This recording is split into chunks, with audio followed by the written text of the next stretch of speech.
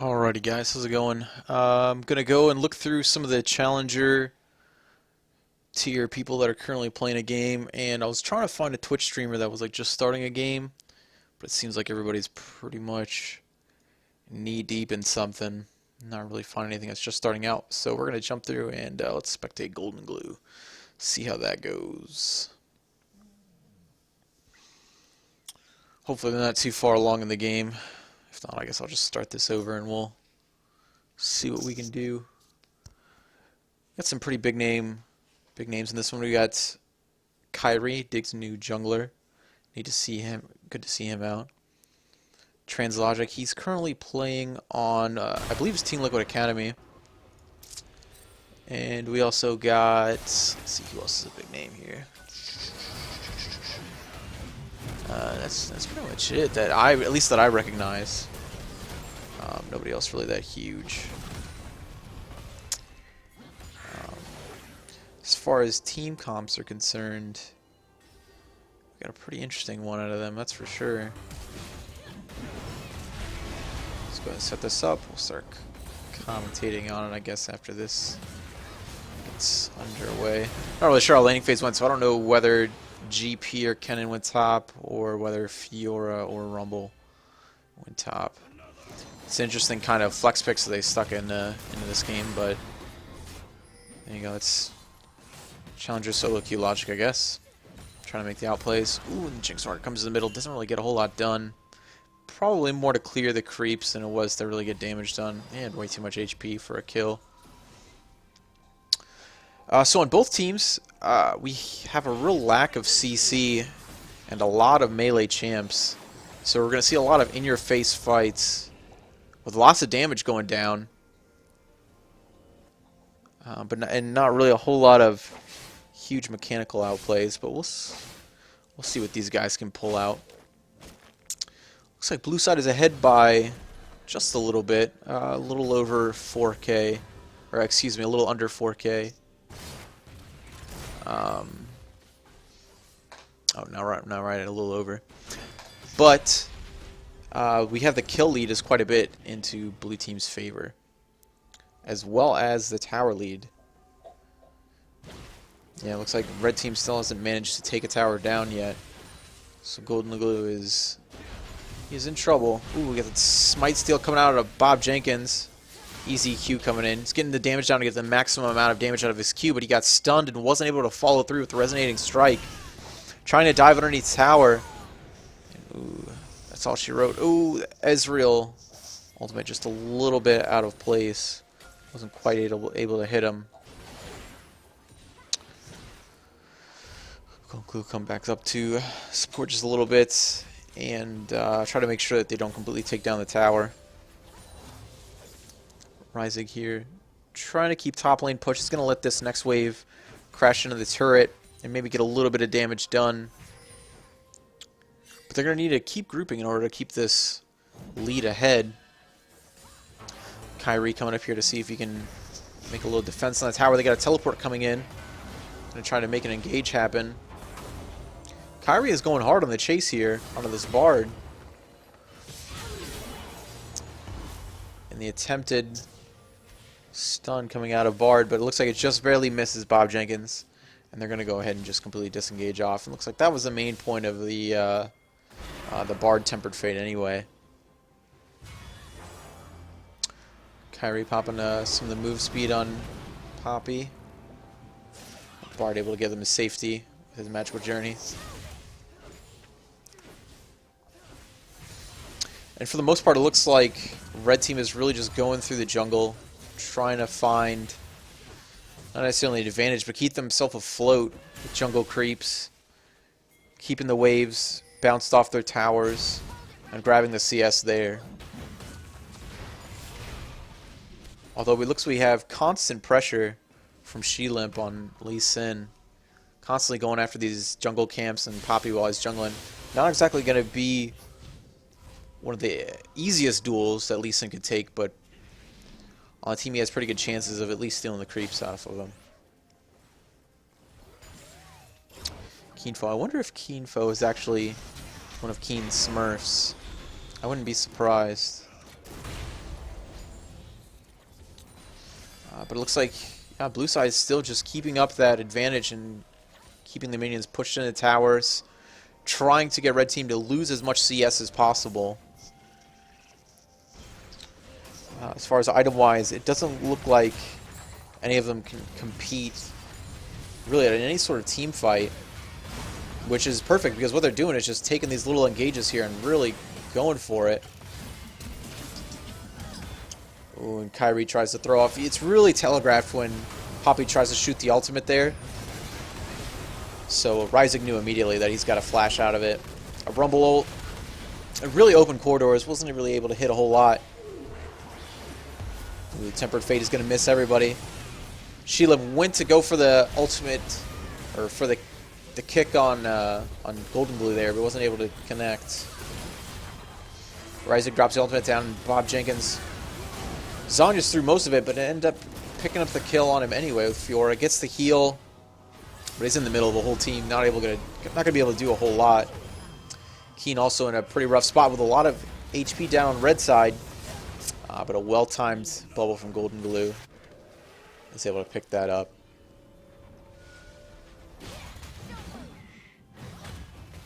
Wow, Poppy seemingly dashed straight through that Jinx ultimate. That was a little strange. That didn't connect there. It really looked like that was a connection there on the Super Mega Death Rocket.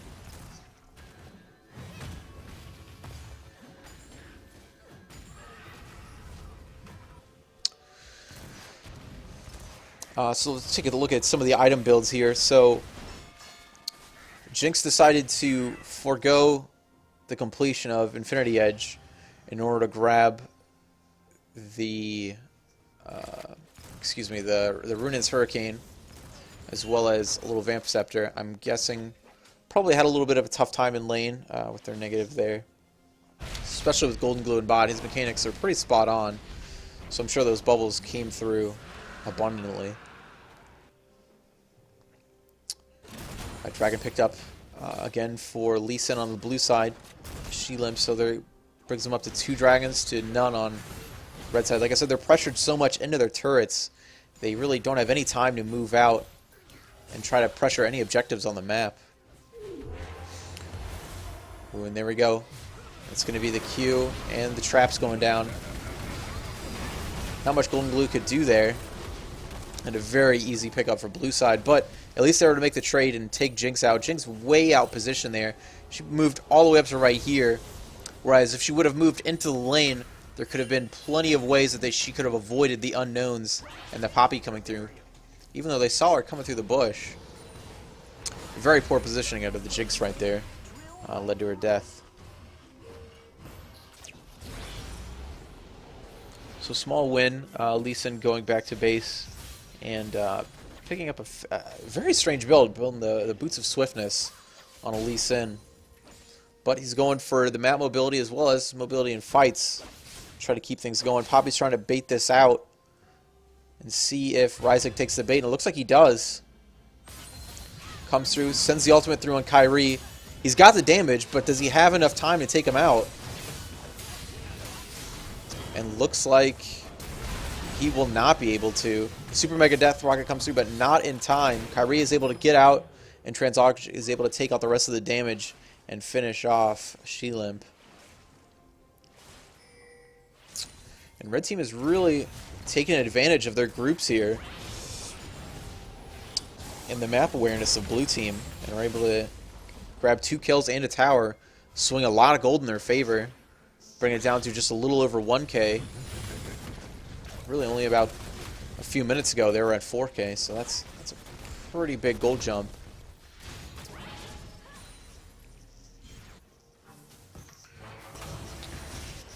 You can see Bob Jenkins is trying to push the tower in. He's just got a Bard there for defense. So they know they got 2 kills down, and they can see both the other 2 in the middle. So he knows he's free to push this into tower and at least have blue side lose a little bit of their CS.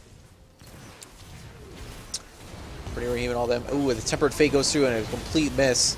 The Nami Tidal Wave goes through and is able to stun them up a little bit.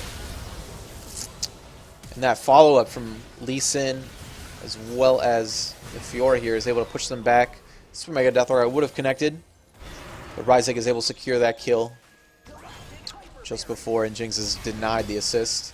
Perfect time to go ahead and grab the Baron here. We got a full 5 man on blue team able to try to pick this up.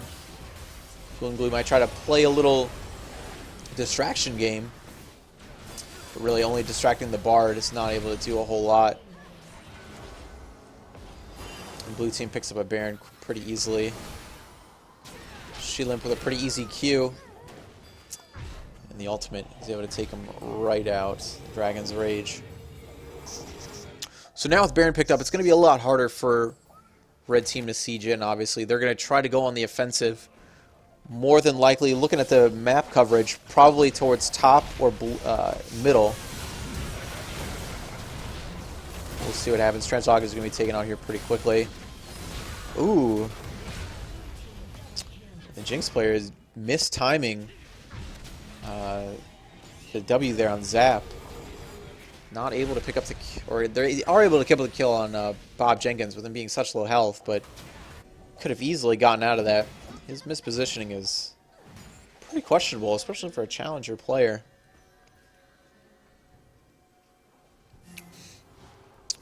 Going through trying to establish a little bit of ward supremacy on blue side. They're doing a good job already. Clearing out the little wards that Kirei and the red team are able to take. And looks like the steadfast movement has even stops the magical journey from Bard. But the damage that's coming in here from Keen, as well as Pyrite, are able to stop Kirei in his tracks. Goldenglue has to flash out a Tempered Fate. And Keen sends his... the Equalizer straight through the middle of the river and is able to be easily dodged. But the movement speed coming out here, especially the teleport coming in from Ryzek, moving fast on the Goldenglue. They're going to make quick work out of him here, and he's dead down here in the top lane. We've lost a lot of the vision, but they still know that they have, with 2 down, as well as Baron buff, they'll be able to easily push down this tower with only Ezreal to defend. Ezreal just isn't going to be able to do enough damage, consistent damage, to take out these minions in time. So this is going to be an easy tower pickup. Looks like they're pinging a swing mid afterwards. That would be the correct choice.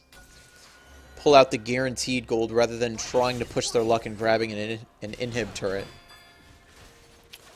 With the Jinx here, this tower is just going to melt in front of them. And they're just going to go ahead and ping to grab all of the outer turrets. Let's go ahead and get a consistent lead. And their minion waves were pushed up at just the perfect time in order to make this happen.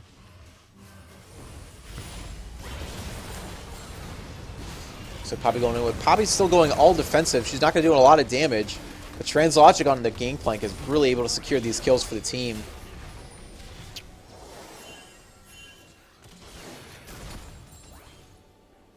The Cannon Barrage is really what helped stop that engage fully. He was able to put it on the majority of the team, take out a little bit of the minions, get them pushed back off the turret.